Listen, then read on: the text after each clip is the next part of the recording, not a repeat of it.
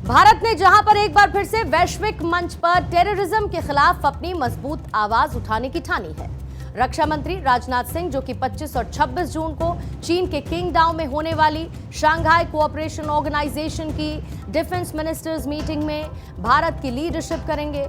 और इस बैठक से पहले राजनाथ सिंह ने एक्स पर एक स्टेटमेंट जारी किया, जिसमें उन्होंने ये कहा है कि मैं भारत का vision for global piece and security पेश करने और आतंकवाद को खत्म करने के लिए जॉइंट एफर्ट्स की बात रखूंगा।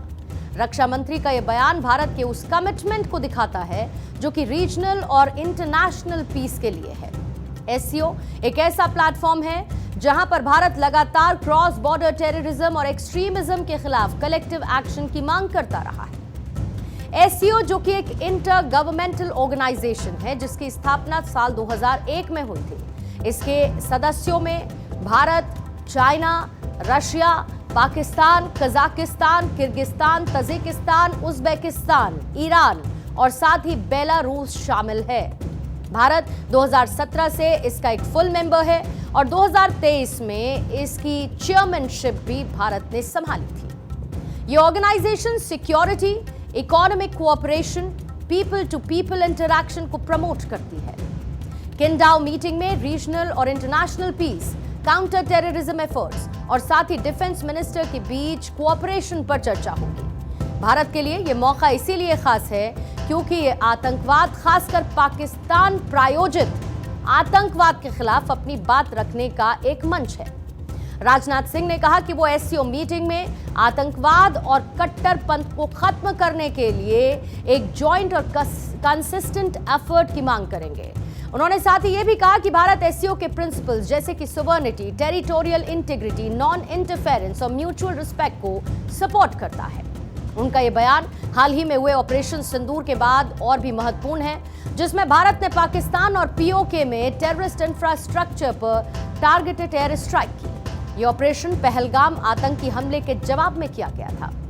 राजनाथ सिंह का यह बयान पाकिस्तान को इनडायरेक्ट चेतावनी देता है कि आतंकवाद को सपोर्ट करने वाले देशों को अकाउंटेबिलिटी फेस करनी होगी। आतंकवाद पर भारत का विजन क्या है, ये इस फोरम के जरिए भारत एक बार फिर से साफ कर देना चाहता है। भारत ने जहां पर हमेशा आतंकवाद को ग्लोबल पीस और सिक्योरिटी के लिए एक सबसे बड़ा खतरा माना है। राजनाथ सिंह, जो कि पहले भी एससीओ मीटिंग में ये कह चुके हैं कि any act of terror including cross border terrorism is a crime against humanity, और ये इस मीटिंग में इस बात को दोहराया जाएगा। भारत का मानना है कि अगर कोई भी देश टेररिस्ट को, आतंकियों को पनाह देता है तो वो ना सिर्फ दूसरों के लिए बल्कि खुद के लिए भी एक खतरा बनता है।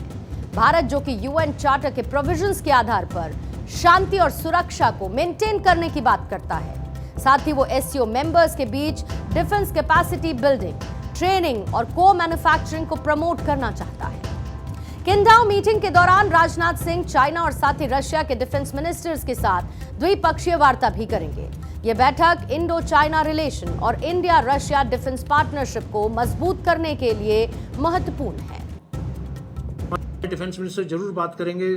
सभी डिफेंस मिनिस्टर्स के, स्पेशली ईरान और कार्स के जो डिफेंस मिनिस्टर हैं, रशिया के डिफेंस मिनिस्टर हैं, नॉर्थ साउथ जो international north south transport corridor के बारे में, ताकि आने वाले समय में ये जो प्रोजेक्ट है जो इंडिया ने प्रपोज किया है, ये प्रोजेक्ट को इम्प्लीमेंट किया जा सके और ट्रेड को इस एरिया में लाया सके ताकि प्रॉस्पेरिटी बने। टेररिज्म के खिलाफ कैसे चाइना और पाकिस्तान का जो एक्सिस है जो उसको तोड़ा जाए और एससीओ 25 में हम कैसे इसको काउंटर बैलेंस करें अपने इंडिया के नज़रिए से, ये राजनाथ सिंह जी जरूर इस चीज़ को हासिल करेंगे। राजनाथ सिंह जहां पर व्यापार, आर्थिक समन्वय और साथ ही कनेक्टिविटी को बढ़ाने की भी बात करेंगे। उनका यह मानना है कि एक सुरक्षित, स्थायी और साथ ही प्रॉस्परस रीजन ही लोगों की क्वालिटी ऑफ लाइफ को इंप्रूव कर सकता है।